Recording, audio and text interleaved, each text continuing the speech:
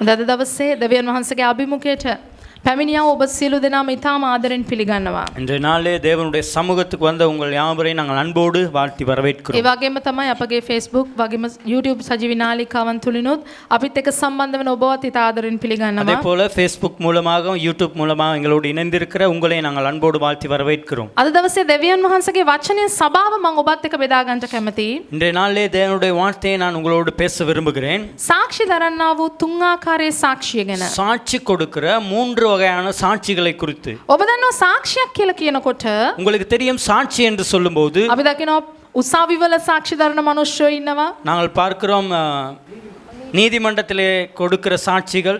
යම් විදියකට සාක්ෂියක් කියලා කියනකොට කාරණාවක් ස්ථීර කරන පිණිස දෙන්නා වූ දෙයක් තමයි සාක්ෂිය. சாட்சி என்று சொல்லும்போது ஒரு காரியத்தை உறுதிப்படுத்துவதற்காக கொடுக்கப்படுற ஒரு காரியம். සාක්ෂියක් ඇති ස්ථානයේ ඒ කාරණාව සොලවන්න බෑ.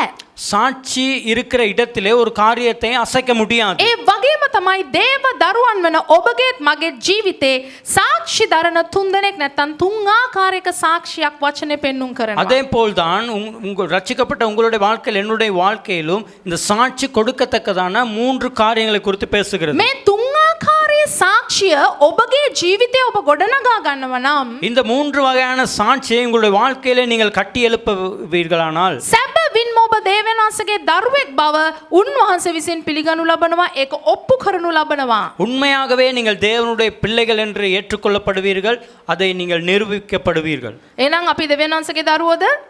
ஆகவே நாங்கள் தேவனுடைய பிள்ளைகளா? මම ගැලවීම ලබලා සුදාත්මය ලබලා දේව දරුවෙක් වෙලා ඉන්නවා කියලා ඔබට ස්ථිරතාවෙන් කියන්න පුළුවන්ද? நான் ரட்சிக்கப்பட்டு பரிசுத்த ஆவியானவரை பெற்று உறுதியாய் உங்களுக்கு சொல்ல முடியுமா? අපි දකිනවා දේව වචනේ රෝම 10:9-10 පද අනුව යේසුව හදවතට විශ්වාස කරලා මුකේ ප්‍රකාශ කරන හැම දෙනාම ගැලවීම ලබලා තියෙනවා. ரோமர் 10 அதிகாரத்திலே 10 வசனம் 11 வசனம் சொல்லுகிறது, இயேசுவை ஏற்றுக்கொண்டு சொந்த இரட்சகர் என்று இருதயத்தை விசுவாசின் ஆவினால் அறிக்கை பண்ணும்போது அவன் ரட்சிக்கப்படுவான் என்று வாசிக்கிறோம். ඒ ආකාරයේ ගැලවීම ලබනකොට ඔබ දේව දරුවෙක් කියලා දෙවියන් වහන්සේගේ වචනේ පවසනවා. அப்படியே நீங்கள் தேவனுடைய பிள்ளை என்று தேவனுடைய வார்த்தை சொல்லுகிறது. උන්වහන්සේ ඔබ වෙනුවෙන් යහපත් සැලසුම් සභාව උන්වහන්සේ සැලසුම් කරලා තිබෙනවා. உங்களுக்கு ஒரு நல்ல திட்டத்தை தேவன் திட்டமிட்டு இருக்கிறார். දැන් බලන්න මම දේව දරුවෙක් මේ මම පුත්‍රයෙක් මම දෙවියන් වහන්සේගේ උරුමය කියලා මම කියනවා නම් நான் தேவனுடைய பிள்ளை, நான் தேவனுடைய புத்திரனா இருக்கிறேன், எனக்கு உரிமை இருக்கிறது என்று நான் சொல்வேன் என்றால் ඒ සාක්ෂිය නැත්තම් ඒ දේව දරුකම මගේ ජීවිතේ ඉඳලා එළියට යන්න ඕනෙමයි. அந்த சாட்சி, அந்த தேவ பிள்ளை என்கிற காரியம், அந்த சாட்சி வெளியில் செல்ல வேண்டும். ඔබ දන්නවද මුළු බයිබලයේම අරමුණ මොකක්ද? නැත්තම් මේ මුළු බයිබලයේම එක වචනයකට ගත්තනම් මේ මුළු දේව වචනේම බයිබලයේම අරමුණ වෙන්නේ මොකක්ද? දේව இந்த අරමුණ. வேதத்திலே நோக்கம் என்ன? அந்த முழு வேதாகமத்தை எடுத்துக்கொண்டால் என்ன நோக்கம் ஒன்று இருக்கிறது. මේ මුළු උපති පොතේ සිට එළිදරව් පොත දක්වා මුළු බයිබලෙම ගත්තොත් මේ බයිබලය තුල දෙවියන් වහන්සේගේ අරමුණ තමයි ගැලවීම. இந்த ஆதியாகமத்திலிருந்து வெளிப்படுத்தல் மட்டும் நாங்கள் பார்க்கும்போது தேவனுடைய திட்டம்தான், நோக்கம்தான் ரட்சிப்பு. මේ ගැලවීම තමයි කතා කරන්නේ ඔබත් මමත් අද දවසේ දෙවියන් වහන්සේගේ දරුවෝ නැත්තම් පුත්‍රයෝ කියලා. இந்த ரட்சிப்பு தான் பேசப்படுகிறது. நீங்களும் நானும் தேவனுடைய பிள்ளை என்கிற ஸ்தானத்தை குறித்து. නමුත් අපි ගැලවීම ලැබුවෙන් පස්සේ ආත්මයන්න් වහන්සේ ඔබත් මාත් තුල ඉඳලා සාක්ෂි දරන්න ඕනේ. අපි පුත්‍රයෝ, අපි දරුවෝ, අපි ස්වර්ගයට ආйти සෙනගක්. ஆகவே நாங்கள் ரட்சிக்கப்பட்ட நாளிலிருந்து பரிசுத்த ஆவியானவர் சாட்சி கொடுக்க வேண்டும். நான் புத்திரனாய் இருக்கிறேன், நான் மகனாய் இருக்கிறேன், நான் பரலோகத்துக்கு சொந்தக்காரன் என்று. අපි පොළොව මට්ටමින් නැත්තම් ඔබත් මමත් අපගේ ජීවිතය ගත්තොත් අපිට පුළුවනි වචනයෙන් සාක්ෂි දරන්න අපේ ජීවිතේ යම් කිසි දෙයක් හරිව තිබෙනවා නැත්තම් වැරදිව තිබෙනවා කියලා මොනවා හරි දෙයකට අපි සාක්ෂි දරනවා නම් අපි කොහොමද වචනෙන් අපිට සාක්ෂි දරන්න පුළුවන්. இந்த பூமியில் மட்டத்திலிருந்து பார்க்கும்போது உங்களுக்கும் எனக்கும் நம்முடைய வாழ்க்கையை குறித்து வார்த்தையிலே சாட்சியை சொல்ல முடியும். හැබැයි දේව වචනේ ඔබගේ දේව දරුකම ගැන සාක්ෂි දරන්න ඕනේ වචනින් විතරක් නෙවෙයි. ஆனால் தேவனுடைய வார்த்தையிலே நீங்கள் தேவனுடைய பிள்ளை என்று வார்த்தையினால் மாத்திரம் சாட்சி பகரக்கூடாது. තුන් ආකාරයේ සාක්ෂියක් ඔබගේ ජීවිතේ අනිවාර්යයෙන්ම තියෙන්න ඕන සභාව. மூன்று வகையான சாட்சிகள் கட்டாயமாக உங்களுடைய வாழ்க்கையில இருக்க வேண்டும் சபை. අද දේව වචනෙන් අපි ඒක බලන්න යනවා. இன்றைய வார்த்தையிலே நாங்கள் அதை பார்க்க ඔබ போகிறோம். බලන්න 1 යොහන් පොතේ 5 වෙනි පරිච්ඡේදය අපි පළවෙනි පදේ ඉඳලා පද කීපයක් බලමු. நீங்கள் எடுத்துக்கொள்ளுங்கள் 1 யோவான் 5ஆம் அதிகாரத்திலிருந்து நாங்கள் முதல் வசனத்திலிருந்து நாங்கள் பார்க்க 1 போகிறோம். යොහන් 5 වෙනි පරිච්ඡේදය අපි බලමු පළවෙනි පදය. 1 யோவான் 5ஆம் அதிகாரத்தில் முதலாவது வசனத்தை பார்ப்போம். යේසුස් වහන්සේ ක්‍රිස්තුස් වහන්සේ බව විශ්වාස කරන හැම දෙනම දෙවියන් වහන්සේගෙන් ඉපද සිටිති. ඉපද වූ තනන් වහන්සේට ප්‍රේම කරන සෑම දෙනාම උන්වහන්සේගෙන් උපන් තනත්තාටත් ප්‍රේම කරති. අප දෙවියන් වහන්සේට ප්‍රේම කරමින් උන්වහන්සේගේ ආඥා පවත්වන කල අපි දෙවියන් වහන්සේගේ දරුවන්ට ප්‍රේම කරන බව අපි දනිමුව. හරි. පහේ එක. යේසුස් වහන්සේ ක්‍රිස්තුස් වහන්සේ බව විශ්වාස කරන සෑම දෙනම දෙවියන් වහන්සේගෙන් ඉපද සිටිති. ඉපද වූ තනන් වහන්සේට ප්‍රේම කරන සෑම දෙන උන්වහන්සේගෙන් උපන් තැනැත්තාටත් பிரேம කරති. இயேசுவானவரே கிறிஸ்து என்று விசுவாசிக்கிற எவனும் தேவனால் பிறந்திருக்கிறான். பிறப்பித்தவனிடத்தில் அன்பு கூறுகிற எவனும் அவரால் பிறப்பிக்கப்பட்டவனிடத்திலும் அன்பு கூறுகிறான். දැන් බලන්න මේ ස්ථානයේ කියනවා යේසුස් වහන්සේ இந்த இடத்துல சொல்லுகிறது இயேசு கிறிஸ்து ක්‍රිස්තුස් වහන්සේ බව විශ්වාස කරන්නේ කවුද? கிறிஸ்து என்று விசுவாசிக்கிறன் இவனோ ඒ හැම දෙනාම දෙවියන් වහන්සේගෙන් ඉපදී සිටිනවා කියලා දේව වචනේ කියනවා. அவன் தேவனிடத்திலிருந்து பிறந்திருக்கிறான் என்று தேவனுடைய வார்த்தை சொல்லுகிறது. ඔබ උපැන්න සහතිකේ නම බැලුවොත් ඒකට ඔබට වාසකමක් එකතු කරලා ඇති. நீங்கள் பிறந்த பத்திரத்திலே நீங்கள் போட்டிருந்தால் உங்களுடைய பெயருக்கு முன்பதாக உங்களுடைய குடும்ப பெயர் ඒ இருக்கும். වාසකම ඔබ කවුද කියලා කතා කරනවා. அந்த குடும்ப பெயர் நீங்கள் யார் என்று பேசப்படும். ඉතින් සමහර අය ඉන්නවා පෙරේරලා ඉන්නවා. பெரேரா என்று இருக்கிறார்கள். ෆර්නෑන්ඩෝලා ඉන්නවා. ප්‍රනාන්දු ඉන්නවා. பிரணாந்து என்று இருக்கிறார்கள். දමිළ භාෂාවෙන් වාසකම් මම දන්නේ නැහැ. බ්‍රදකෙන් අහගන්න වාසකම. தமிழ்ல செல்வநாயகம். සෙල්වනායකම් අපේ පාස්ටර්ගේ වාසකමත් එක නම. ඉතින් අපි උපැන්න සහතිකේ අපේ නමට එකතු වෙලා තියෙන පියාගේ නමත් එක්කලා අපි කාගෙන්ද ඉපදිලා ඉන්නේ කියන එක පෙන්눔 කරනවා. நம்மளுடைய அந்த பிறந்த பத்திரத்திலே நாங்கள் தகப்பனுடைய பெயர் முன்னே இருக்கும்போது நாங்கள் யாரிடத்தில் பிறந்தோம் என்று இருக்கும். හැබැයි දෙවියන් වහන්සේගේ වචනේ කියනවා ஆனால் தேவனுடைய வார்த்தை சொல்லுகிறது යේසුස් වහන්සේ තමයි ක්‍රිස්තුස් වහන්සේ කියලා විශ්වාස කරන්නේ කවුද? இயேசுதான் கிறிஸ்து என்று யார் விசுவாசிக்கிறானோ ඒ අය තමයි දෙවියන් වහන්සේගෙන් ඉපදිලා ඉන්නේ.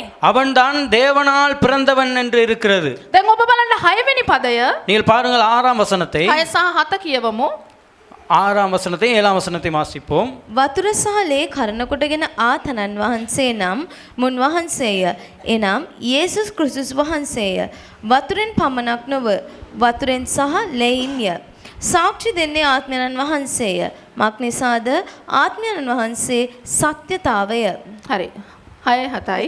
இயேசு கிறிஸ்துவாகிய இவரே ஜலத்தினாலும் இரத்தத்தினாலும் வந்தவர். ஜலத்தினாலே மாத்திரமல்ல ஜலத்தினாலும் இரத்தத்தினாலும் வந்தவர் ஆவியானவர் சாத்தியமாகையால் ஆவியானவரே சாட்சி கொடுக்கிறவர்.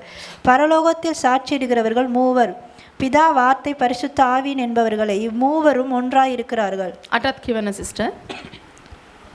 பூலோகத்திலே சாட்சியிடுகிறவைகள் மூன்று, ஆவி, ஜலம், இரத்தம் என்பவைகளை இம்மூன்றும் ஒருமைப்பட்டிருக்கிறது. සාක්ෂි දරන 3 දෙනෙක් සිටිති. ආත්මයන් වහන්සේය, වතුර, ලේය. මේ 3 දෙනාම එකඟ වෙති. දැන් බලන්න මේ ස්ථානේ කියනවා இந்த இடத்திலே சொல்லப்படுகிறது 6 වෙනි පදේ කියනවා වතුර සහ ලේ කරන කොටගෙන ආව තැනන් වහන්සේ තමයි ක්‍රිස්තුස් වහන්සේ.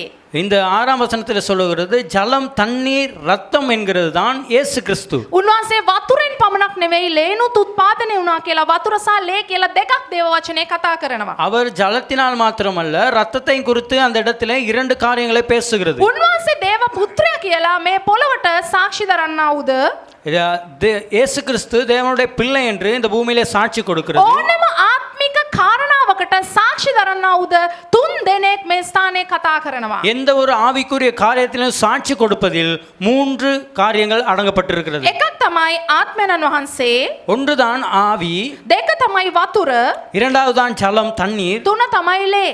மூன்றாவது தான் ரத்தம். මම මේ තුන පැහැදිලි කරන්න යනවා. நான் அந்த 3 காரியங்களை உங்களுக்கு விளங்கப்படுத்துகிறேன். සාක්ෂි දරන 3 දෙනෙක් සිටිනවා. சாட்சி கொடுக்கிறவர்கள் 3 பேர் යේසුස් இருக்கிறார்கள். වහන්සේ ක්‍රිස්තුස් වහන්සේ කියලා මේ 3 දෙනා සාක්ෂි දරනවා. இயேசு கிறிஸ்து தான் தேவன் என்று சாட்சி கொடுக்கிறவர்கள் இருக்கிறார்கள். උන්වහන්සේ වතුර සහ ලේ කරන කොටගෙන මේ පොළවට පැමිණියා කියලා ඒ 3 දෙනා සාක්ෂි දරනවා. அந்த ஜலத்தையும் தண்ணீர் ரத்தத்தையும் நினைக்கும் போது இந்த 3 பேர்களும் சாட்சி கொடுக்கிறார்கள். වතුර නැත්තම් ආත්මයන් වහන්සේ වතුර ලේ කියන සාක්ෂිය ආත්මික ලෝකයේ සාක්ෂි දරන බලවත් සාක්ෂි තුනක්ව තිබෙනවා. ஆவியானவர் ஜலமாயும் ரத்தமாயும் இருக்கிறார் என்றது பூமியிலே சாட்சி கொடுக்கிறவர் 3 பேர் දැන් இருக்கிறார். මොකද්ද මේ යේසුස් වහන්සේ වතුරයිලේ දෙක කරන කොටගෙන ආවා කියන්නේ? என்ன இது இயேசு கிறிஸ்துவிலே ஜலத்தினாலும் ரத்தத்தினாலும் வந்தார் என்று 2 காரியம் கூறப்படுகிறது. යොහන්ට තිබුණා සභාව එළිදරව් වීමක් යේසුස් ක්‍රිස්තුස් වහන්සේ කවුද කියන එක. யோவானுக்கு சில வெளிப்பாடுகள் இருந்தது இயேசு கிறிஸ்து யார் என்பதை குறித்து. උන්වහන්සේ ලේ කරන කොටගෙන උන්වහන්සේගේ ලේ වගුරුවන්න මනුෂ්‍ය පුත්‍රයෙක් විදිහට මේ පොළවට ආවා. அவருடைய ரத்தத்தை சிந்தும்படியாக தேவகுமாரனா இந்த பூமிக்கு வந்தார். අනික තමයි වතුර කරන කොටගෙන.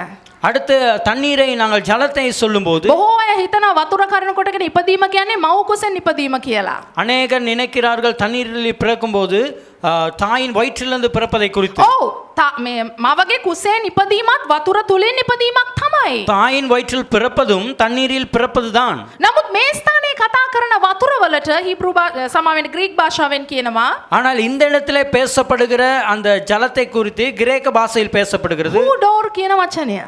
ஊடோர் என்கிற வார்த்தை.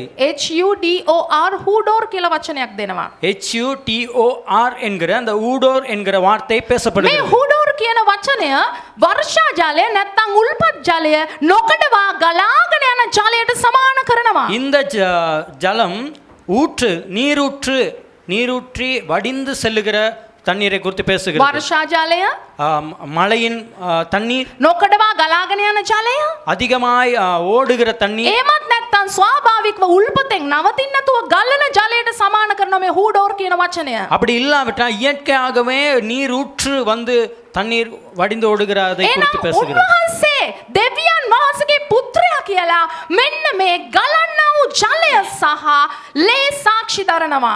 இயேசு தேவனுடைய குமாரன் என்று இந்த ஜலமும் தண்ணீரும் ரத்தமும் சாட்சி கொடுக்கிறது. උන්වහන්සේ වතුරෙන් පමණක් නෙවෙයි ලේ වලින් කියලා දේව වචනේ කියනවා. அவர் ஒரு தண்ணீரினால் மாத்திரமல்ல ரத்தத்தினாலும் என்று தேவனுடைய வார்த்தை சாட்சி கொடுக்கிறது. ඇත්තටම මේ ස්ථානයේ කතා කරන්නේ උන්වහන්සේ ආත්මයන්න් වහන්සේ කරන කොටගෙන සහ මාංශේ කරන කොටගෙන දෙකෙන්ම මේ පොළොවට ආවා කියන එකයි. இந்த இடத்திலே 2 காரியங்கள் சொல்லப்படுகிறது. ஆவியானவராயும் இந்த பூமிக்கு வந்தவராயும் இருக்கிறவர் என்று இரண்டையும் சொல்லப்படுகிறது. මෙතන වතුර ගැන කතා කරනකොට ආත්මයන්න් වහන්සේගේ පූර්ණත්වය උන්වහන්සේ තුල තිබුණා. ආත්මේ පූර්ණත්වයෙන් උන්වහන්සේ මේ පොළොවට ආවා. இந்த இடத்திலே தண்ணீர் என்று சொல்லும்போது பரிசுத்த ஆவியானவர் இந்த முழுமையா இந்த பூமிக்கு வந்தார், அந்த பரிபூர்ண தன்மையை குறித்து பேசப்படுகிறது. ඒ වගේම තමයි ලේ කියනකොට 100% ඔබත් මමත් තුල තිබෙන ලේ නැත්තම් මාංශය තුලින් උන්වහන්සේගේ මනුෂ්‍ය පුත්‍රභාවය පෙන්눔 කළා. ரத்தம் என்று சொல்லும்போது உங்களுக்கும் எனக்கும் இருக்கிற அந்த காரியத்தை குறித்து அந்த மனுஷ தன்மையை குறித்து பேசுகிறது. ඉතින් උන්වහන්සේ කවුද කියන එක අද ඔප්පු කරන්න යනවා. 100% ආත්මයන්න් වහන්සේ තුල දේව පුත්‍රයා, 100% ලේ තුල மனுஷ புத்திரயா. இன்றைய நாளை கிறிஸ்து யார் என்பதை நாம் உறுதிப்படுத்த போகிறோம். 100க்கு 100 அவர் ஆவியானவராய் இருக்கிறார். 100க்கு 100 மாம்சமாய் இந்த பூமியிலே வாழ்ந்தார் என்பதை. එදා යොහන් දැනගෙන සිටියා ක්‍රිස්තුස් වහන්සේ තුල තිබුණා වූ ආත්මේ පූර්ණත්වය කොයි වගේද, දිව්‍ය භාවය කොයි වගේද කියන එක. யோவான் தெரிந்து கொண்டிருந்தான் அந்த ஆவியிலே இருக்கிற பரிபூர்ணம் எப்படிப்பட்டது, அந்த திவ்யமான ஒரு காரியம் எப்படிப்பட்டது என்று அறிந்திருந்தான். උන්වහන්සේගේ ජීවිතය ගැන සුද්ධාත්මයන් වහන්සේ උන්වහන්සේ දේව පුත්‍රයා කියලා සාක්ෂි දුන්නා. அவர் தேவனுடைய பிள்ளை என்று, புத்திரர் என்று அவர் சாட்சி கொடுத்தார். ඒ වගේම තමයි වතුර එහෙමත් නැත්නම් ආත්මේ පූර්ණකම ගලාගෙන යාම තුල උන්වහන්සේ දේව පුත්‍රයා කියලා සාක්ෂි දුන්නා. அதே போல் தான் அந்த தண்ணீரை குறித்து அவர் தேவனுடைய பிள்ளை பரிபூர்ணமாய் இருக்கிறார் என்று சாட்சி கொடுத்தார். ඒ විතරක් නෙවෙයි ලේ තුලින් උන්වහන්සේ 100% මිනිස්සෙක්. ඒ වගේම තමයි උන්වහන්සේගේ ලේ වැගිරීම ගැන බයිබලය අද සාක්ෂි දෙනවා. அதே போல் ரத்தம் என்று சொல்லும்போது அவர் 100க்கு 100 மனிதன்.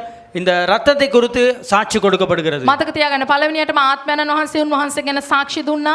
முதலாவதாக நீங்க ஞாபகம் வைத்துக் கொள்ளுங்கள், ஆவியானவர் முதலாவதாக சாட்சி கொடுத்தார். ඊළඟට වතුර එහෙමත් නැත්නම් ආත්මේ ජලධාරා ගලා යාම නේ සුද්ධාත්ම පිබිදීම වැගිරීම උන්වහන්සේ දේව පුත්‍රයා බවට සාක්ෂි දුන්නා. இரண்டாவதாக தண்ணீர், அந்த ஜலம் தேவனுடைய பிள்ளை என்று சாட்சி கொடுத்தது. අනික උන්වහන්සේගේ දේව පුත්‍ර භාවය සහ උන්වහන්සේ 100% යේසුස් වහන්සේ බව ලේ සාක්ෂි දුන්නා. 100க்கு 100 தேவனுடைய பிள்ளைதான் இயேசு கிறிஸ்து என்று ரத்தம் சாட்சி கொடுத்தது. මේ ලේ සාක්ෂිය කියන එකත් අපි අවසානයේ බලමු.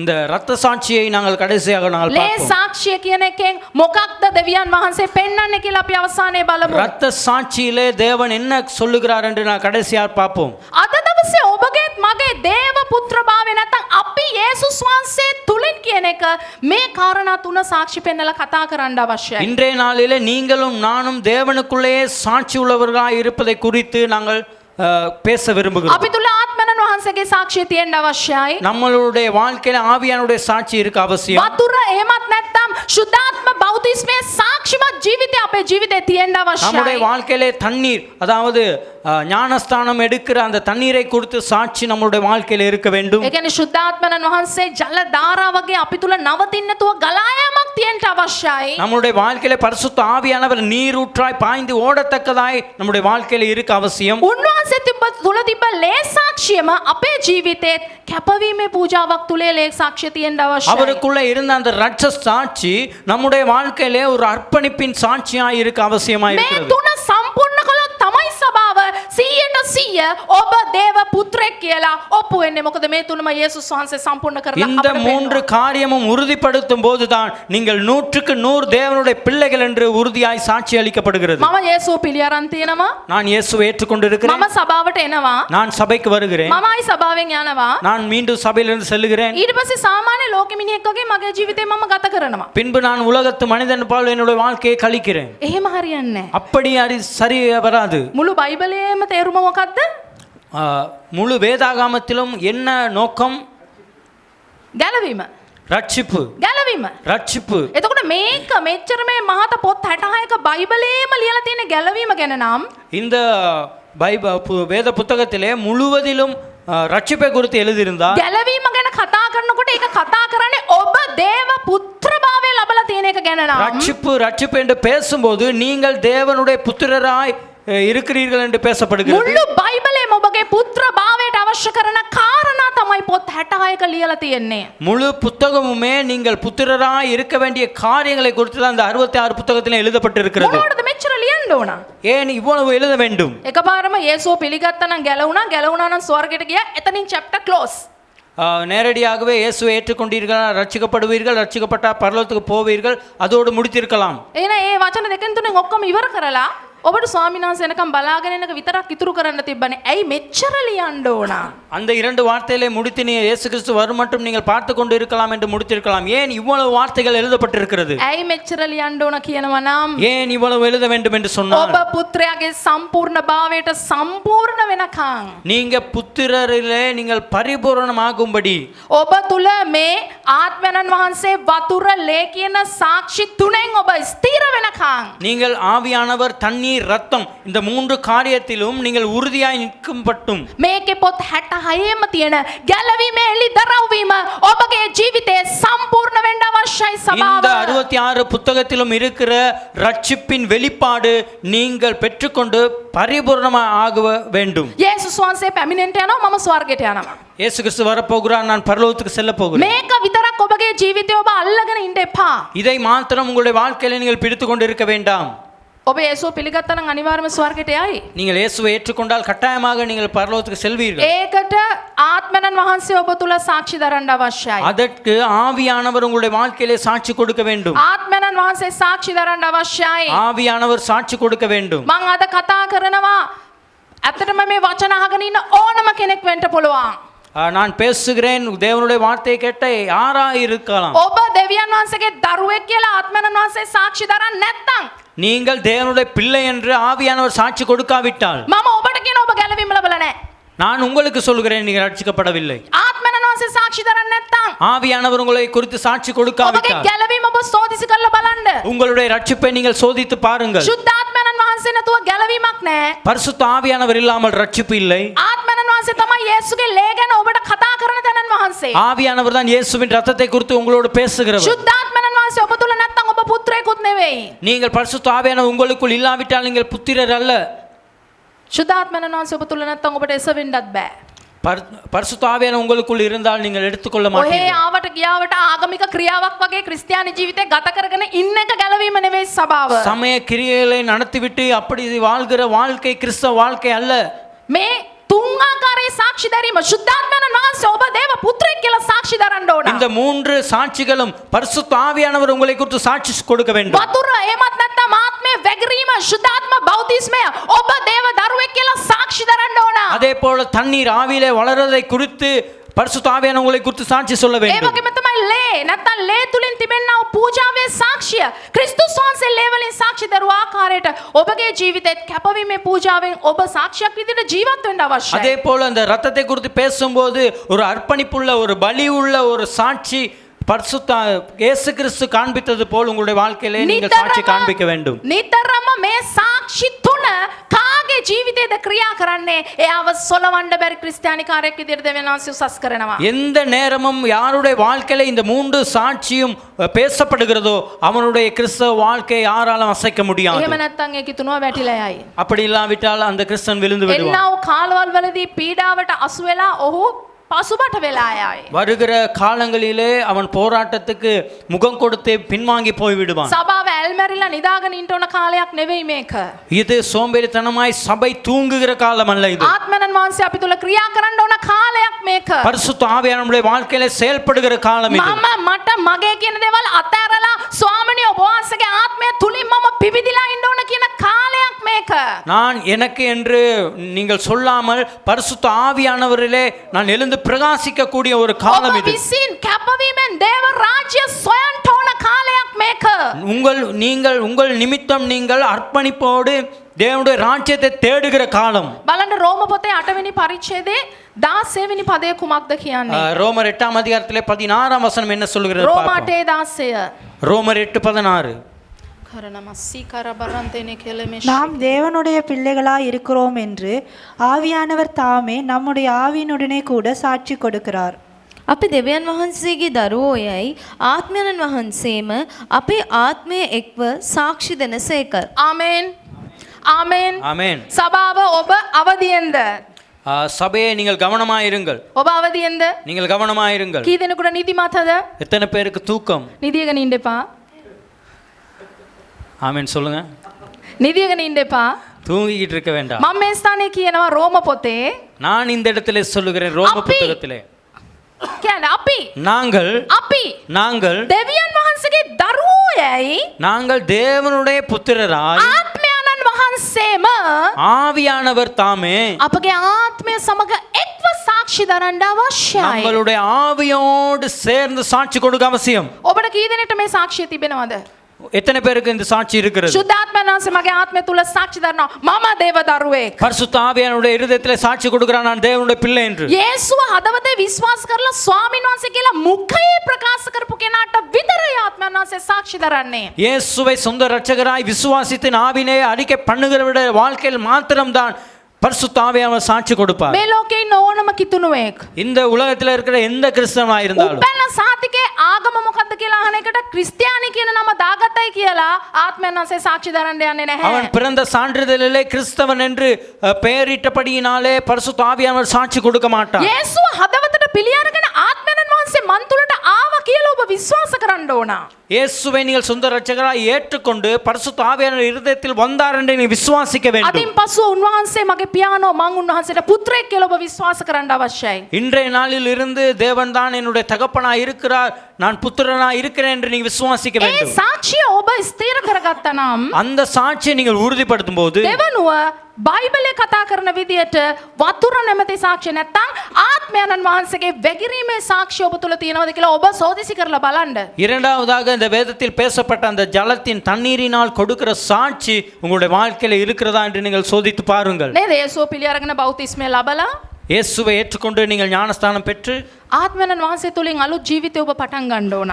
ஆவியானவரோடு நீங்கள் புதிய வாழ்க்கையை ஆரம்பிக்க வேண்டும். දැන් බලන්න ඔබ දකිනවා යේසුස් වහන්සේ බෞතිස්මය ලබන්න යොහාන් බෞතිස්ස ළඟට යනවා. இந்த இடத்துல நீங்கள் பாருங்கள் இயேசு கிறிஸ்து ஞானஸ்தானம் எடுக்கும்படியாக யோவானிடம் செல்லுகிறார். නේ මතේ පුතේ අපි දකිනවා ஆனால் மத்தேயு புத்தகத்திலே பார்க்கிறோம் යොහාන් බෞතිස්ස ළඟට යනකොට யோவான் ஞானஸ்தானம் கொடுக்கும்போது පරවියෙක් වගේ ශුද්ධාත්මයන් වහන්සේ උන්වහන්සේගේ ඉහළින් බස්සිනවා.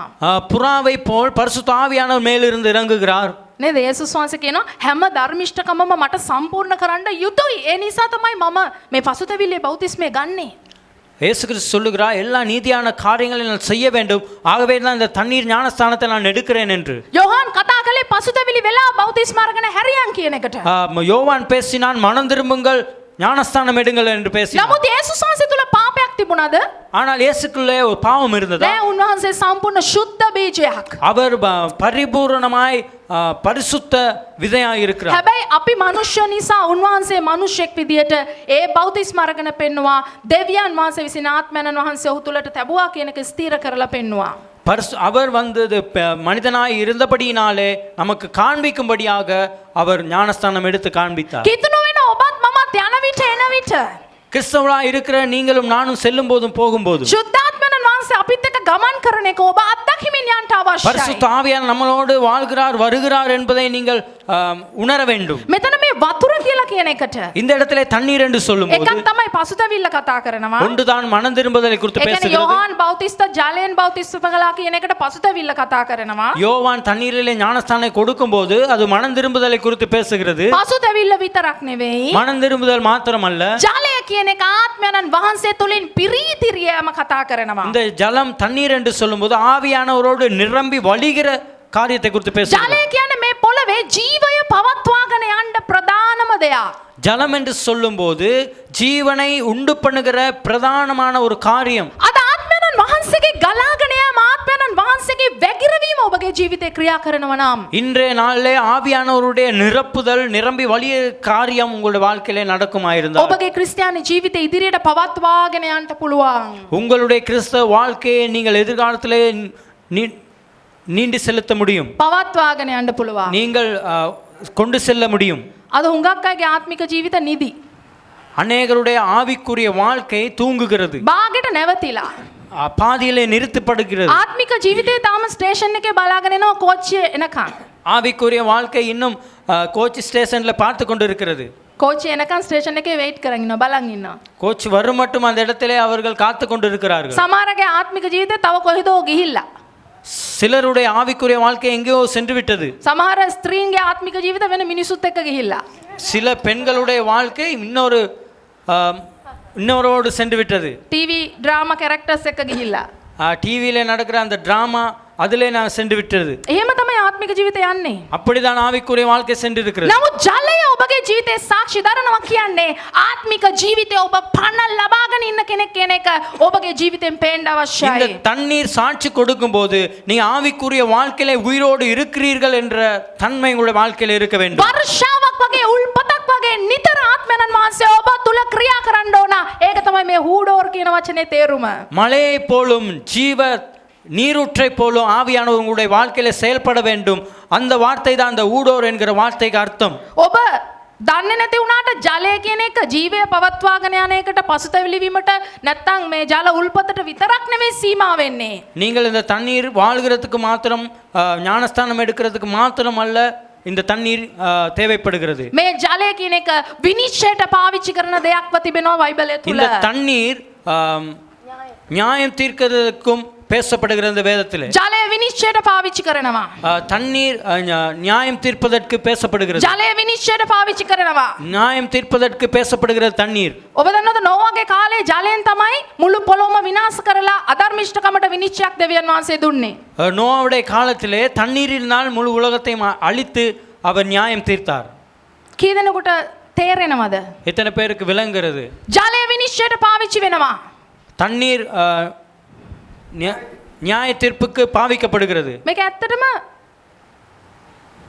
ඇත්තටම ඉතා මොනවාද සීරියස් නැත්තම් අවධානයෙන් සලකන්න ඕන කාරණාවක්. இது நீங்கள் அவதானத்தை செலுத்த வேண்டிய ஒரு காரியம். ශුද්ධාත්මයන් වහන්සේ ඔබ තුල සිටිනවා නම් பரிசுத்த ஆவியானவர் உங்களிடத்தில் இருந்தால் ඔබ ඇත්තටම දේව පුත්‍රයෙක් හැටියට ඔබ ජීවත් වෙන ජීවිතය ගැන நீங்கள் உண்மையாகவே தேவ புத்திரராய் வாழ்கிற அந்த வாழ்க்கை හරියටම විනිශ්චයක් උන්වහන්සේට දෙන්න පුළුවන්ද බැරිද?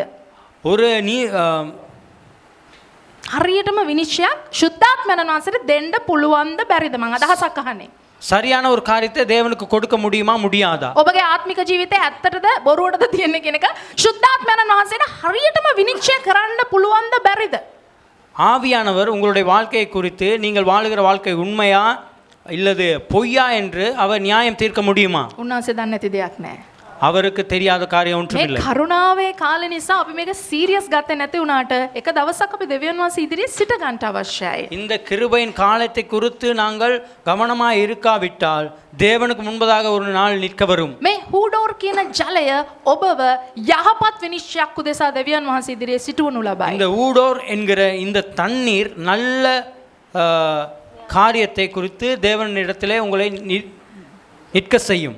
යහපත් විනිශ්චයක් සඳහා දෙවියන් වහන්සේ ඉදිරියේ ඔබව සිටවනු ලබයි. நல்ல நியாய தீர்ப்புக்காய் தேவனுக்கு முன்பதாய் உங்களை நிற்க செய்யும். මම කතා කරන්නේ ගින්නට දාන විනාශයවත් සුදු සිංහාසන විනිශ්චයවත් ඔබව මැරෙන්න යනවා කියලාවත් නෙවෙයි. நான் சொல்லுகிறேன், இந்த அக்னியிலே போடுகிற உங்களை மரணிக்கத்தக்கதான காரியங்களை அல்ல நான் பேசுகிறேன். එක දවසක දෙවියන් වහන්සේ ඉදිරියේ ශුද්ධාත්මයන් වහන්සේ ඔබ කවුද කියන එක හරියට පෙන්වන්න යනවා. ஒரு காலத்திலே நீங்கள் பரிசுத்த ஆவியானவர் யார் என்பதை நீங்கள் சரியாக அறிந்து கொள்ள ඔබ කියන්නේ போகிறீர்கள். ශුද්ධාත්මයන් වහන්සේ මන් තුලයි.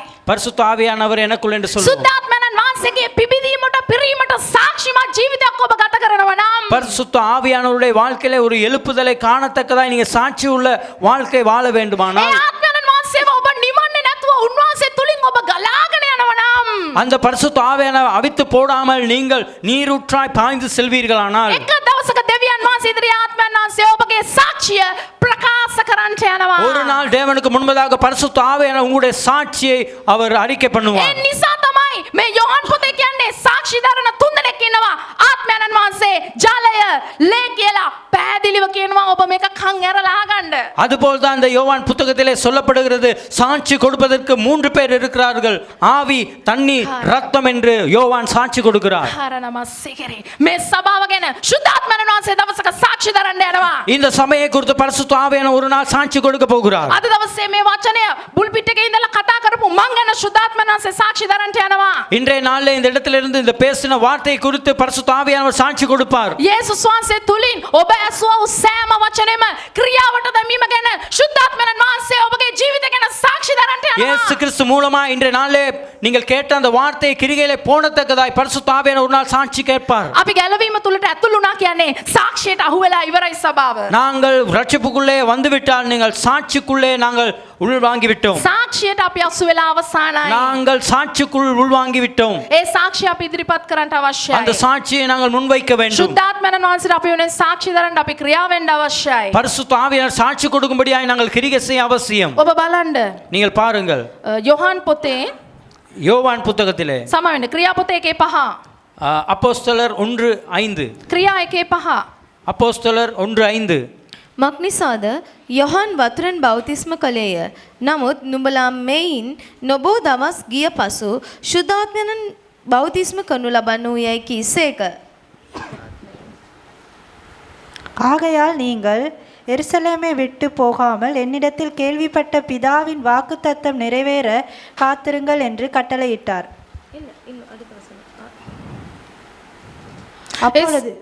அப்பொழுது கூடு வந்திருந்தவர்கள் அவரை நோக்கி, ஆண்டவரே, இக்காலத்தில் ராஜ்யத்தை இஸ்ரவேலுக்கு திரும்ப கொடுப்பீர் என்று கேட்டார்கள்.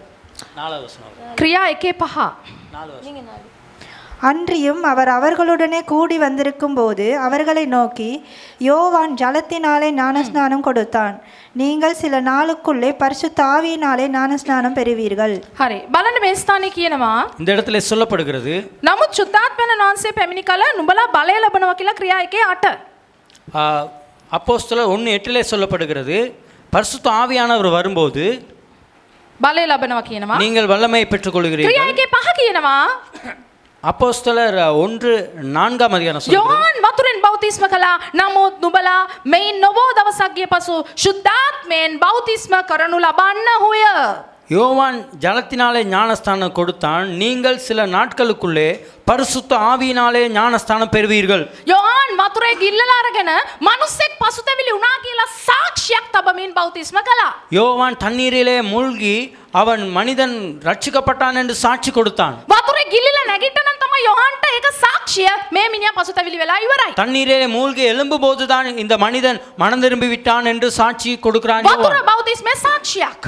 தண்ணீர் ஞானஸ்தானம் ஒரு சாட்சி, බෞතිස්මේ සාක්ෂියක්. ஞானஸ்தானம் ஒரு சாட்சி. ඒ වගේම තමයි அதே போல்தான் ශුද්ධාත්මය ඔබ තුලට වැగిරිලා ඔබ බලය ලබා ගන්න ගන්න දවසට நீங்கள் பரிசுத்த ஆவியானவர் உங்களுக்குள்ளே வந்து நீங்கள் வல்லமையை பெற்றுக்கொள்ளும் நாளிலே ඒක තමයි සාක්ෂිය වෙන්නේ ඔබ දේව දරුවෙක් බවට පත් වුණා කියන එකට. அதுதான் சாட்சியாய் மாறும் நீங்கள் தேவ புத்திரராய் மாறிவிட்டீர்கள் என்று. දැන් සාක්ෂිය කියන එක අද තිබිලා හෙට නැති වෙන්න පුළුවන්ද?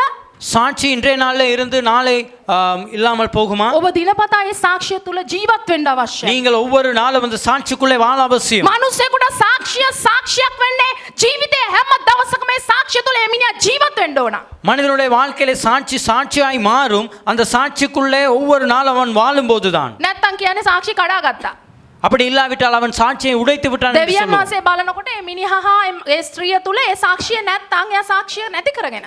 தேவன் பார்க்கும்போது அந்த மனிதனுடைய வாழ்க்கையில சாட்சி இல்லாவிட்டால் அந்த சாட்சியை இந்த மனிதன் உடைத்து விட்டான். සභාව සාක්ෂිය අද තියෙන්නත් පුළුවන් හෙට කැඩෙන්නත් පුළුවන්. இந்த சபையே இந்த நாளே சாட்சி இருக்க முடியும் நாளை உடைய முடியும். නමුත් දෙවියන් වහන්සේ ඔබට කියනවා ஆனால் தேவன் சொல்லுகிறார் ඔබ එක දවසකටවත් ඔබගේ සාක්ෂිය කඩා ගන්න එපා කියලා. நீங்கள் ஒரு நாளும் உங்களுடைய சாட்சியை உடைத்துக் கொள்ள ඔබ வேண்டாம். කඩාගත්තා නම් තවදුරටත් ඔබ සාක්ෂිමත් ජීවිතයක් ගත කරන්නේ නැහැ. நீங்கள் உடைத்து விட்டால் இனியும் நீங்கள் சாட்சி உள்ள வாழ்க்கை வாழ மாட்டீர்கள். මෙතන ක්‍රියා 1:5 කියනවා. இந்த இடத்துல அப்போஸ்தலர் 1:5 4 නමුත් சொல்லுகிறார். නුඹලා මේ නොබෝ දවසක් ගිය පසු සුද්ධාත්මෙන් බෞතිස්ම කරනු ලබන්නහුය. ஜலத்தினாலே ஞானஸ்தானம் கொடுத்தான், நீங்கள் சில நாட்களுக்குள்ளே பரிசுத்த ஆவியினாலே ஞானஸ்தானம் பெறுவீர்கள். එහෙනම් සුද්ධාත්ම බෞතිස්මය பரிசுத்த ஆவியானவரின் ஞானஸ்தானம் මම ඔබට පැහැදිලිව කියන්නම්. நான் விளக்கமாய் சொல்லுகிறேன். යේසුව පිළිගත්ත සභාවේ හැම කෙනාම සුද්ධාත්ම බෞතිස්මය තුල සාක්ෂිමත්ව ඉන්න අවශ්‍යයි. இயேசுவை ஏற்றுக்கொண்ட ஒவ்வொரு சபைக்கும் பரிசுத்த ஆவியினாலே ஞானஸ்தானம் பெற வேண்டும். සුද්ධාත්ම බෞතිස්මය. பரிசுத்த ஆவியின் මම ஞானஸ்தானம். මේ කතා කරන්නේ අන්‍ය භාෂාවෙන් පිරීලා ගාලා කියවගෙන ඉන්න එක නෙවෙයි. நான் பேசுகிறேன் இந்த அந்நிய பாஷையில நிரம்பி அந்நிய பாஷை ஆவியில நிரம்பி அந்நிய பாஷை பேசுகிறது குறித்து அல்ல. සුද්ධාත්මයන් වහන්සේගේ බලය උත්පාදනය කළා වූ ජීවිතයක් ඔබ දිනපතා ගත කරන්න ඕනේ. ඒක තමයි සුද්ධාත්ම සාක්ෂිය. பரிசுத்த ஆவியானவருடைய வல்லமையை நீங்கள் உருவாக்கி கொண்ட வாழ்க்கையை தான் நீங்கள் வாழ வேண்டும். அதுதான் பரிசுத்த ஆவியானவருடைய வல்லமை. ඒක නිතර තෙත්තුව නැත්තම් ජල ධාරාවක් වගේ උල්පතක් ගලාගෙන යන ජීවිතයක්.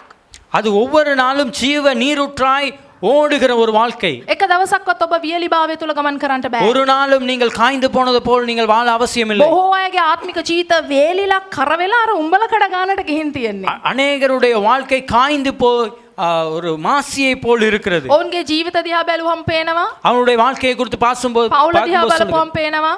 அவருடைய உருவத்தை குறித்து பார்க்கும்போது காண முடிகிறது. සමහර ක්‍රිස්තියානි ජීවිත අපි දකිනවා සේවාවල් බලනකොට වියලිලා ගිහිල්ලා. அநேகருடைய ஊழியங்களை குறித்து பார்க்கும்போது அவருடைய வாழ்க்கை காய்ந்து போனதை காண்கிறோம். කැඳවීම වේලිලා ගිහිල්ලා. அவருடைய அழைப்பு காய்ந்து போய் இருக்கிறது. ආර්ථිකය වේලිලා ගිහිල්ලා. அவருடைய பொருளாதாரம் காய்ந்து போய் இருக்கிறது. සුද්ධාත්මයන් වහන්සේ ඔබ තුල ගින්නක් වගේ වතුරක් වගේ බලයක් වගේ ගලනවා නම් பரிசுத்த ஆவியானவர் தண்ணீரை போல வல்லமையை போல அக்கினியை போல உங்களுடைய வாழ்க்கையிலே ஊற்றுவாராய் இருந்தால் මේ හැමදේම වෙනස් වෙන්න යනවා. ஒவ்வொரு காரியங்களும் மாற்றம் அடையும். වියලි භාවය තුල ඔබගේ ජීවිතේ ගෙනියන්න බෑ. காய்ந்து போன தன்மையில உங்களுடைய வாழ்க்கையை கொண்டு செல்ல ඔබගේ தேவையில்லை. හැමදේම වෙනස් වෙන්න යනවා. உங்களுடைய எல்லா காரியமும் மாறும். මේ සාක්ෂිය ගැන තමයි ශුද්ධ යෝහන් පළවෙනි යෝහන් පොතේ කතා කරන්නේ. සුද්ධාත්මයන් වහන්සේ නැත්තම් ජලය ඔබ දේව පුත්‍රයෙක් කියලා සාක්ෂි දරන්න අවශ්‍යයි. இதை குறித்து தான் 1 யோவானிலே யோவான் பேசுகிறார்.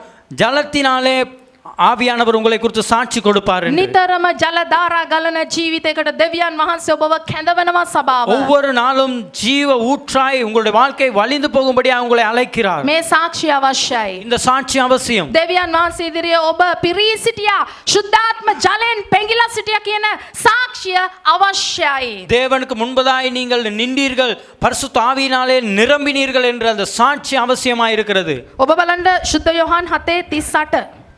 யோவான் ශුද්ධ යෝහන් පොතේ 7 වෙනි පරිච්ඡේදයේ 38 වෙනි පදය. 7ஆம் அதிகாரத்திலே 36ஆம் வசனம். 38 39 දෙකම කියවමු. 38 37 இரண்டையும் வாசிப்போம். யோவான் 7ஆம் அதிகாரம் මා කෙරෙහි අදහන්නා තුලින් ලියවිල්ලේ කියා තිබෙන හැටියට ජීවනදායක වතුර ඇති ගංගා ගලන්නේ යයි කීසේක. උන්වහන්සේ මෙසේ කීවේ තමන් අදාහගත්තවුන් විසින් ලබන්නට සිටිය ආත්මයන්න් වහන්සේ ගැනය.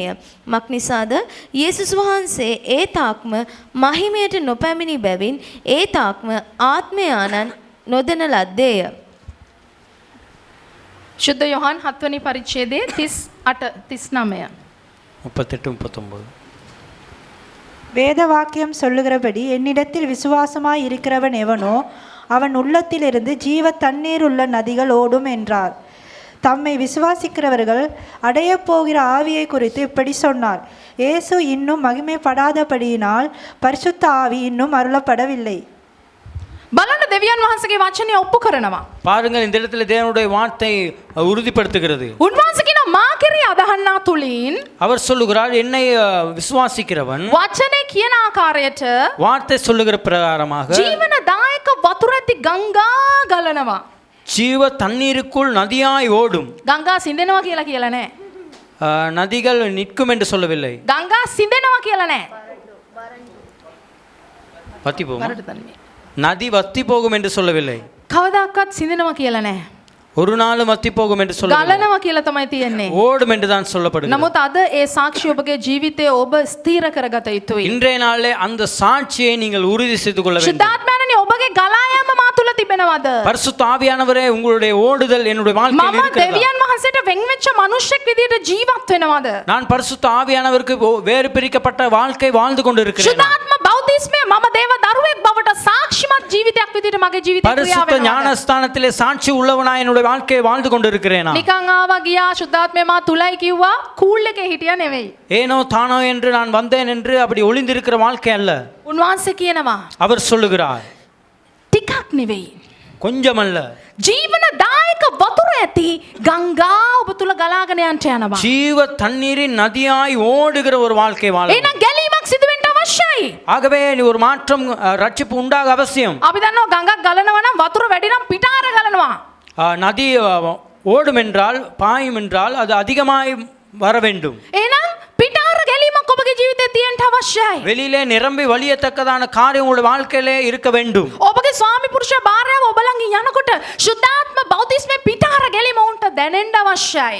கணவன் மனைவியிடத்திலே போகும்போது அந்த நிரம்பி வழிகிற தன்மை அவர் உணர வேண்டும். ඔබගේ දරුවෝ ඔබගේ ජීවිතය දිහා බලනකොට ශුද්ධාත්ම බෞද්ධිස්ම පිටාර ගැලීම උන් දකින්න අවශ්‍යයි. உங்களை குறித்து உங்கள் பிள்ளைகள் பார்க்கும்போது பரிசுத்த ஆவியானவருடைய ஞானஸ்தானத்தை மாத்திரம் அவர்கள் காணக்கூடாது. සමහර වෙලාවට ගෙවල් වල පිටාර ගැලීම වැඩි වෙනකොට සමහර අය එළියෙත් ඉන්නවා. சில வீடுகளிலே நிரம்பி வழியும் போது வெளியிலும் இருக்கிறது. නේද? වැඩිපුරම ඇයි පිටාර ගැලීමට ගෙදර ඉන්න අනික් එකව ගහගෙන ගිහිල්ලා පාරට. நிரம்பி வழியும் போது வீட்டில் இருக்கிறவரும் அடித்து செல்வார் வெளியிலே. ඔබ දන්නවද? ශුද්ධාත්මයන් වහන්සේ ඔබ තුල ඉන්නවා නම් ඔබ බලය ලබාගෙන ඉවරයි. பரிசுத்த ஆவியானவர் உங்களிடத்தில் இருப்பாரானால் நீங்கள் வல்லமையை பெற்றுக்கொண்டு விட்டீர்கள். දෙන්න එපා යක්ෂයට ඉඩ. பிசாசுக்கு இடம் கொடுக்க வேண்டாம். යක්ෂයට දෙන්න එපා ඉඩ. பிசாசுக்கு இடம் கொடுக்க வேண்டாம். ඔබගේ ජීවිතේ නියපොත්ත දමන්නවත් යක්ෂයට දෙන්න එපා ඉඩ. உங்களுடைய வாழ்க்கையை பிள்ளையான காரியத்துக்கு வாழ்க்கையை செலுத்த பிசாசுக்கு இடம் கொடுக்க வேண்டாம். නිතරම ඔබව සෝදිසි කරන්න මම ඇවිල්ලා ඔබව සෝදිසි කරන්නට යන්නේ. நீங்கள் உங்களை சோதித்து பாருங்கள், நான் அல்ல உங்களை சோதிப்பது. ශුද්ධාත්ම ගින්න උන්වහන්සේගේ ජලය මා තුල පිටාර ගලනවද නැත්ද මම සෝදිසි කරලා බලන්න ඕන කාලයක් මේක. பரிசுத்த அக்கினியும் பரிசுத்த ஜலமும் என்னுடைய வாழ்க்கையில வடிந்து ஓடுகிறதா என்று நான் சோதித்து ඒ பார்க்க වගේම வேண்டும். තමයි මම අවසාන වශයෙන් කියලා අවසන් කරන්න ලේ සාක්ෂිය ලේ නැත්තම් යේසුගේ ලේ ඔබ වෙනුවෙන් සාක්ෂි දරන්න යනවා. ஆகவே கடைசியாக அந்த ரத்தத்தை குறித்து, ரத்த சாட்சியை குறித்து நான் பேசுகிறேன். இயேசுவின் ரத்தம் உங்களை குறித்து சாட்சி சொல்லுகிறது. ඔබ දන්නවද යේසුස් වහන්සේ අන්තිම ලේ බිඳුව වෙනකම්ම කුරුසියේ වැగిරෙව්වා. உங்களுக்கு தெரியுமா, கடைசி ரத்தம் வரைக்கும் அவர் சிலுவையிலே ரத்தம் சிந்தினார். මෙතන සාක්ෂි දරන තුන්වෙනියා කියලා කියනකොට இந்த சாட்சி கொடுக்கிற மூன்றாம் நபர் என்று சொல்லும்போது යේසුගේ ලේ ගැන කතා කරලා මොනවද දන්නවද කියන්නේ? இயேசுவின் ரத்தம் என்ன பேசப்படுகிறது? ඒක juice of grapes නැත්තම් මිදි යුෂ හා සමානව ග්‍රීක බයිබලයේ කතා කරනවා. அந்த திராட்சை ரசம் உடைத்து அந்த தண்ணியை எடுக்கிறதற்காக பேசப்படுகிறது. කෙලින්ම මේ සාක්ෂි දරන තුන්වෙනියා ලේ කියනකොට හීබ්‍රූ බයිබල් එකේ විස්තරය දීලා තියෙනවා යේසුගේ ලේ නැත්තම් යේසුස් ක්‍රිස්තුස් වහන්සේගේ ලේ කියලා කෙලින්ම කතා කරනවා. இந்த மூன்றாவது இரத்த சாட்சி என்று சொல்லும்போது எபிரேயர் பைபிளில் சொல்லப்படுகிறது இயேசுவின் ரத்தத்தை குறித்து நேரடியாக இயேசுவின் ரத்தம் என்றே சொல்லப்பட்டிருக்கிறது. එතකොට නැත්තම් යේසුගේ ලේ මිදි යුෂ කියනකොට ඔබ දන්නවා මිදි ගෙඩියක් කොච්චර පොඩි වුණාමද ඒකේ යුෂ මිරිකල එළියට ගන්න இந்த පුළුවන්. இயேசுவின் ரத்தம் இந்த திராட்சை ரசத்துக்கு ஒப்பிடப்படுகிறது. තුන්වෙනියට ඔබගේ ජීවිතේ மூன்றாவதாக உங்களுடைய வாழ்க்கை සාක්ෂි දරන්න යන්නේ මෙන්න මේක. சாட்சி கொடுக்க போவது இதுதான். මිදි ගෙඩියක් වගේ පොඩි කරලා ඔබගේ යුෂ ස්වාමීන් වහන්සේට පූජාවක් වෙන්න අවශ්‍යයි. உங்களுடைய வாழ்க்கையை அந்த திராட்சை பழத்தை நசுக்கி பிழிந்து எடுக்கிறது போல் உங்களுடைய வாழ்க்கையை நீங்கள் தேவனுக்கு அர்ப்பணிக்க அவசியம். කෙලින්ම මෙතන කතා කරන්නේ ශාරීරික ජීවිතය. நேரடியாகவே சரீர பிரகாரமான வாழ்க்கையை இந்த இடத்திலே பேசப்படுகிறது. ඔබ සූදානම්ද පොඩි කරනු ලබන්ට? நீங்கள் நொறுக்கப்பட நீங்கள் ஆயத்தமாக இருக்கிறீர்களா? මේක ටික භයානකයි වගේ හිතන්න එපා. இது பயங்கரம் என்று நீங்க யோசிக்க வேண்டாம். මේක තමයි පූජාවේ සලකුණ. இதுதான் பலியின் அடையாளம். මිති පොඩි කරනු ලැබීම යුෂ ගැනීම තමයි පූජාවකට හොඳම සලකුණ. அந்த திராட்சை எப்படி சிறிதாக்கப்பட்டதோ அதுதான் பலியின் அடையாளம். ක්‍රිස්තුස් වහන්සේ වෙනුවෙන් යම්කිසි පීඩාවක් ඔබට එනවා නම් இயேசு கிறிஸ்துவினாலே உங்களுக்கு ஏதாவது ஒரு போராட்டம் ඔබ வருமாயிருந்தால், හරි දේ කරලා යම්කිසි පීඩාවකට මුහුණ දෙන කෙනෙක් නම් நீங்கள் சரியான ஒரு காரியத்தை செய்து ஏதாவது ஒரு கஷ்டத்துக்கு முகம் கொடுக்க வந்தால், ඔබ වචනෙන් පිට යන්නේ නැතුව කෙලින් ඉඳලා ඔබ පීඩාවට මුහුණ දෙනවා නම් நீங்கள் வார்த்தையிலே நீங்கள் நின்று நீங்கள் வேதனைக்கு முகம் கொடுத்தால், යේසුගේ ලේ සාක්ෂිය හා සමාන සාක්ෂියක් ඔබගේ ජීවිතේ සාක්ෂි දරන්ට යනවා. இயேசுவின் ரத்தத்தை போல் அதற்கு சமமான சாட்சி உங்களுடைய வாழ்க்கையில உண்டாகும். ඔබ දන්නවද මිදි පොඩි කරලා යුෂ ගත්තනම් තමයි ඒක පූජාවක් බවට පත් அந்த වෙන්නේ. மிதியை நசுக்கி அந்த தண்ணீர் எடுக்கும்போது தான் அது பலிக்கு கொண்டு செல்லுகிறது. යොහන් 19:34 කියවලා අපි අවසන් කරමු. யோவான் 19:34 அதை வாசித்து நாங்கள் முடிப்போம். යොහන් 19 වෙනි පරිච්ඡේදයේ 34. யோவான் 39ஆம் அதிகாரம் 19ஆம் அதிகாரம் 34ஆம் வசனம். එසේ වුවත් හේවායින්ගෙන් එක්කෙනෙක් හෙල්ලයකින් උන්වහන්සේගේ ඇලයට ඇන්නේය. එක්කෙනෙයිම ලේත් වතුරත් නික්මුණේය. ஆகிலும் போர் சேவகரில் ஒருவன் ஈட்டியினாலே அவருடைய விலாவில் குத்தினான். உடனே இரத்தமும் தண்ணீரும் புறப்பட்டது. උන්වහන්සේගේ ජීවිතේ පූජාවක් වුණ බවට අවසාන වශයෙන් ලේසා වතුර එළියට ඇවිල්ලා සාක්ෂි දරුවා. அவருடைய வாழ்க்கை பலி செலுத்துவதற்காக அவருடைய கடைசி அந்த இரத்தமும் தண்ணீரும் வந்து சாட்சி ඒ கொடுத்தது. වගේම කොරින්ති පොතේ පවුල් තුමා කියනවා අපේ ශරීරයත් අපි උන්වහන්සේගේ ලේ පූජාවේ සලකුණු දරනවා அதே කියලා. போல 2 கொரிந்தியர் 4:10 சொல்லப்படுகிற நம்முடைய சரீரத்தையும் ஜீவ பலியாக ஒப்பு கொடுக்க வேண்டும். අද දවසේ අපි භුක්ති විඳින මේ ලේවල කරුණාව நாங்கள் இதில் அனுபவிக்கிற இந்த தேவனுடைய கிருபை කල්වරි කුරුසේ පවිත්‍ර කරන උල්පතක් විදියට නිදහස් වුණා. கல்வாரி அந்த சிலுவையிலே நீரூற்றாய் நம்மளை பரிசுத்தப்படுத்துகிற ஒரு காரியமாய் ඔබ இருந்தது. කියන්නේ කල්වාරි කුරුසේ විවෘත වුණු පවිත්‍ර කිරීමේ උල්පත. கல்வாரி அந்த சிலுவையிலே நம்மளை பரிசுத்தப்படுத்தின நீரூற்று. කල්වරි කුරුසේ විවෘත වුණා වූ පවිත්‍ර කිරීමේ උල්පත. கல்வாரி சிலுவையிலே நீரூற்றாய் வந்த பரிசுத்தப்படுத்துகிற நீரூற்று අද ඔබ තුල ක්‍රියාත්මක වෙනවා. இன்றைய நாள் உங்களுக்குள் செயல்படுகிறது. ඔබ අනික් අයව පවිත්‍ර කරන මිනිසෙක් බවට ක්‍රිස්තුස් වහන්සේගේ ලේ කතා කරනවා. நீங்கள் இன்னொருவரை பரிசுத்தப்படுத்தத்தக்கதாக இயேசுவின் ரத்தம் சாட்சி கொடுக்கிறது. යේසුගේ ලේ තුල ඔබ සිට ගන්නවා කියන්නේ. இயேசுவின் ரத்தத்திலே நாங்கள் நின்று கொள்வோம் என்று ඔබ අනික් අයව පවිත්‍ර කරන මිනිසෙක්. நீங்கள் மற்றவரை பரிசுத்தப்படுத்துகிற மனிதன். ඔබ අතගසන කෙනා සුද්ධකමට මාරු වෙනවා.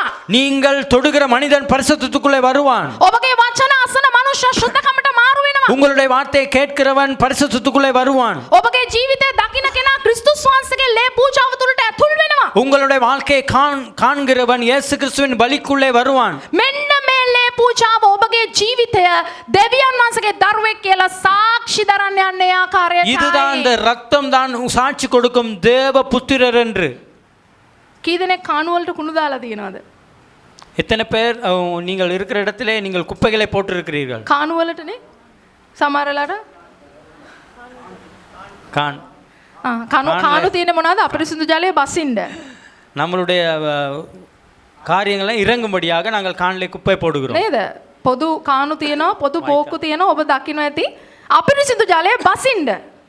அந்த பிழையான காரியங்கள் அசுத்தமான காரியங்களை இறங்குவதற்காகவே அந்த காணிலே காரியங்களை போடுகிறோம். அதான் போடப்பட்டிருக்கிறது. පිරිසිදු ජලයේ තියෙන ස්ථාන වලටත් කුණු දාන මිනිස්සු මම දැකලා තියෙනවා.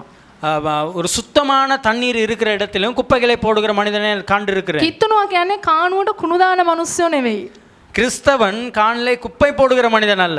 අපිරිසිදු දේවල් වුණත් පිරිසිදු කරන බලය ඔබ තුල තිබෙනවා සභාව. அசுத்தமான காரியமா இருந்தாலும் அதை சுத்தப்படுத்துகிற வல்லமை உங்களுக்குள்ளே இருக்கிறது. ඒක තමයි ලේ සාක්ෂිය. அதுதான் ரத்த சாட்சி. යේසුගේ ලේ ඔබගේ ජීවිතේ සාක්ෂි දරන්න අවශ්‍යයි. இயேசுவின் ரத்தம் உங்களுடைய வாழ்க்கையிலே சாட்சி கொடுக்க ඔබගේ அவசியம். ජීවිතේ පූජාවක් විදියට ජීවත් වෙන එක උන්වහන්සේ දවසක සාක්ෂියක් සන්ට යනවා. உங்களுடைய வாழ்க்கை ஒரு பலியாய் வாழுகிற ஒரு வாழ்க்கையை பரிசுத்த ஆவியானவர் ஒரு நாள் சாட்சி கொடுக்க வேண்டும். ඔබ වෙනුවෙන් සුද්ධාත්මයන් වහන්සේ සාක්ෂි දරන්න යනවා. உங்களுக்காக பரிசுத்த ஆவியானவர் சாட்சி கொடுப்பார். එදාට සුද්ධාත්මයන් වහන්සේගේ කටට ප්ලාස්ටර් දාන වැඩ අපි කරන්න නරකයි. அன்றைய நாளிலே நாங்கள் அவருடைய வாயை மூடுகிற காரியத்தை நாங்கள் செய்ய அவசியம் இல்லை. ආමෙන්.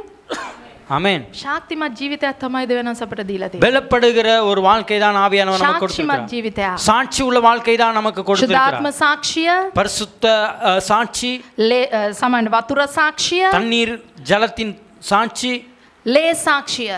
இரத்த சாட்சி. මේ සාක්ෂි තුන පොළවේ වේවා ස්වර්ගේ වේවා කවදාකවත් එක නැති වෙන්න යන්නේ නැහැ. இந்த மூன்று சாட்சி இந்த பூமியிலாகிலும் பரலோகத்திலாகிலும் ஒரு நாளும் அழிந்து මේ போவதில்லை. තුන් සාක්ෂියම ඔබගේ ජීවිතේ ක්‍රියාත්මක වෙන්න ඕනේ සභාව. இந்த மூன்று சாட்சியும் உங்களுடைய வாழ்க்கையிலே கிரியை செய்ய வேண்டும் சபையை. අපි නැගිටලා